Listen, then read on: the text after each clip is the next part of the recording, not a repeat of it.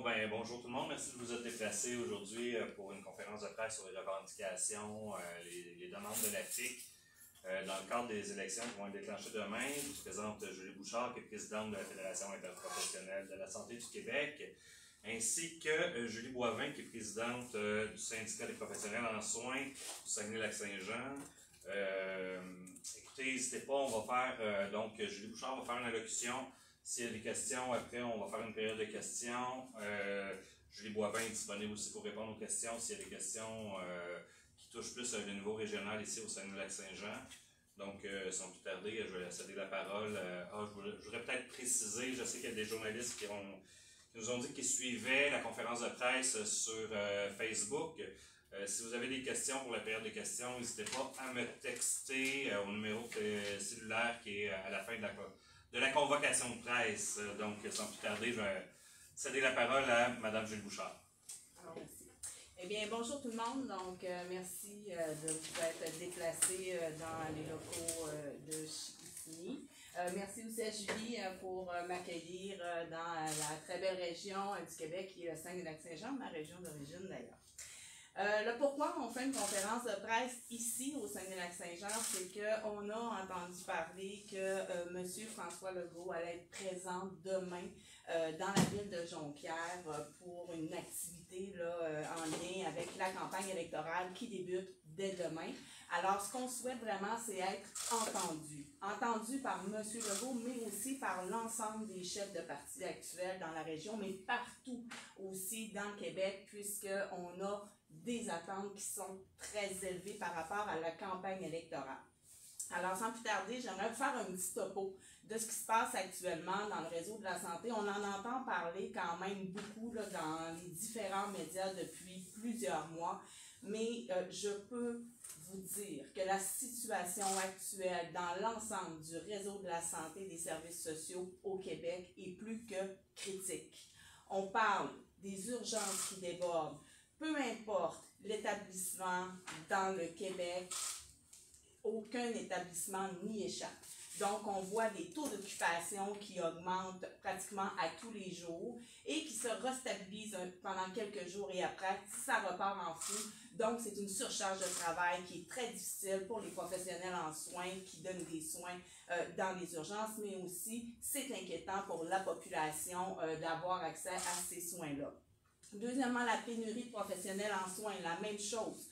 Antérieurement, avant la pandémie, on faisait déjà face à une pénurie de professionnels en soins et depuis la pandémie, ça s'accentue à tous les jours. Alors, c'est toujours présent dans le réseau de la santé. Pratiquement à chaque semaine, on voit des démissions, on voit des départs, soit vers des agences de placement ou encore vers un autre secteur d'emploi parce qu'elles n'en peuvent plus, elles sont tout simplement à bout de souffle du réseau actuel.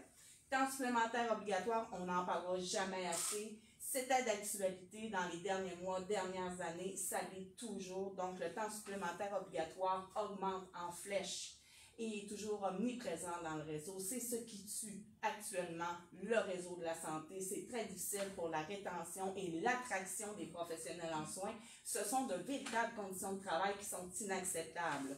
La même chose pour le non-remplacement des ressources. Donc, dans certains établissements, beaucoup plus peut-être anglophones, on parle de non-remplacement d'infirmières, infirmières auxiliaires, inhalothérapeutes et perfusionnistes cliniques qui sont absents et on ne les remplace pas. Donc, on augmente la surcharge de travail pour celles qui sont présentes et ça aussi, c'est inacceptable. On parle de la main-d'œuvre indépendante. La main-d'œuvre indépendante qui était dans les 5 dernières années en augmentation et dans la dernière année, ça a explosé. Maintenant, on ne peut passer sous le silence la crise que vit actuellement le Grand Nord. Alors, une population plus que vulnérable et pour qui c'est très difficile actuellement, donc c'est vraiment ce qui se passe. Et je ne peux non plus ne pas mentionner la détresse et l'épuisement que vivent les professionnels en soins. Elles sont désabusées. Elles sont encore, malgré tout, au rendez-vous. Alors, il ne faut pas les laisser tomber, il faut s'en occuper. Maintenant, ce qu'on attend, nous, à la fédération de cette campagne électorale-là, évidemment, nos attentes sont plus qu'élevées. Nous allons exiger. Ça suffit de laisser s'écrouler le réseau de la santé de cette manière-là et de ne pas prendre en considération les professionnels en soins qui y donnent des soins à tous les jours, au détriment même de leur famille, mais aussi de leur santé physique et psychologique.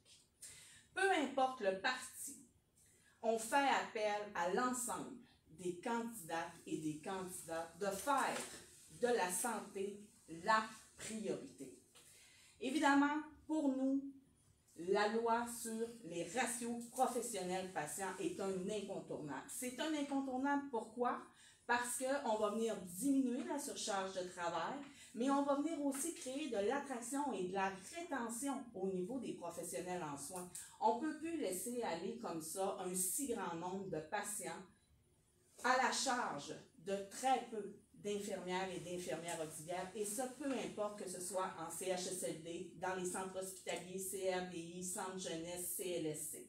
On doit avoir un gouvernement qui va vraiment le prendre en charge et qui va l'implanter le plus rapidement possible. C'est la solution pour nous à la Fédération de redonner un semblant de conditions de travail, mais aussi pour redorer la profession, que ce soit d'infirmière, infirmière auxiliaire, nanothérapeute ou encore perfusionniste clinique.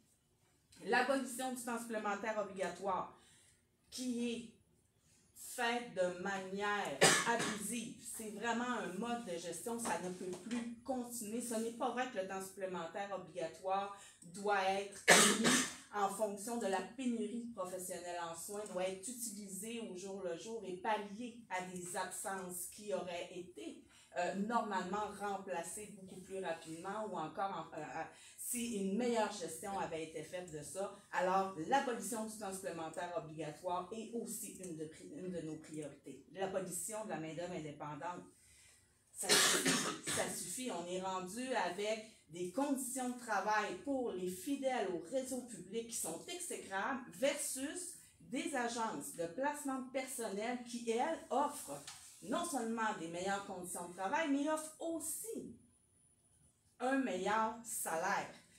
Dans la dernière année, c'est près de 1 milliard de dollars que le gouvernement a donné aux agences de placement pour payer leurs professionnels en soins qui viennent faire le même travail que nous. Et ce milliard-là, ça vient de nous, les contribuables. Alors, ce phénomène-là doit cesser. C'est un cancer pour le réseau de la santé. On doit également améliorer les conditions de travail.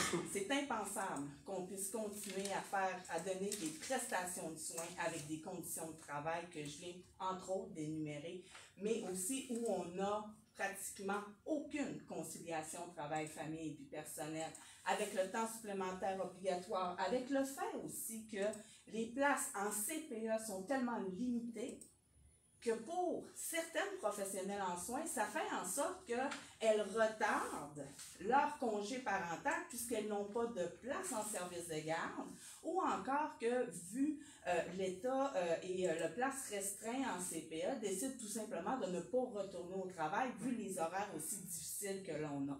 Alors pour nous, c'est important que chaque candidate et candidat et chaque parti s'engage, à faire de la santé une priorité, d'abolir le temps supplémentaire obligatoire, d'abolir la MOI et prioritairement faire une loi sur les ratios rapidement et non en projet pilote. Maintenant, en conclusion, j'invite l'ensemble des candidates et des candidats à venir constater sur place l'état lamentable du réseau de la santé en visitant les établissements, mais aussi en venant rencontrer les professionnels en soins qui y travaillent.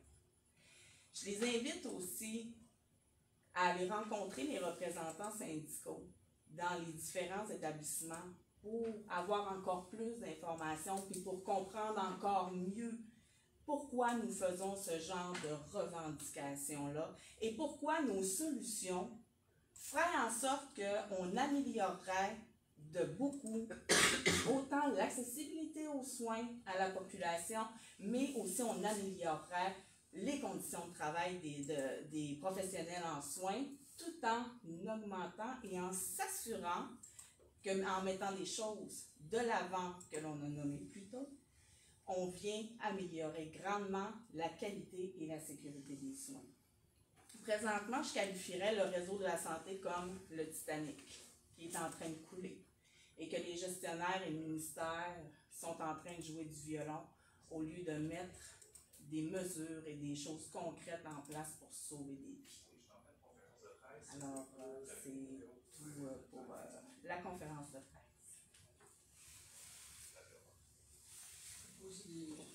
Bon, excusez-moi, on va passer à la période de questions. C'était terminé? Oui. Merci beaucoup, Julie. Julie Bouchard est disponible pour répondre aux questions et Julie Boivin, s'il y a des questions qui concernent particulièrement la région, la belle région de Saguenay-Lac-Saint-Jean où nous sommes présents. Puis je répète, vous pouvez toujours m'envoyer des questions par texto là, pour ceux qui nous suivent via le web, donc dans la salle. Oui, j'ai un par un. Un par un. Que d'assis dans les logements. On peut faire ça. Parfait. Ouais, de même. Parfait. Si je reçois un texto, je ferai le suivi comme il doit. Merci beaucoup.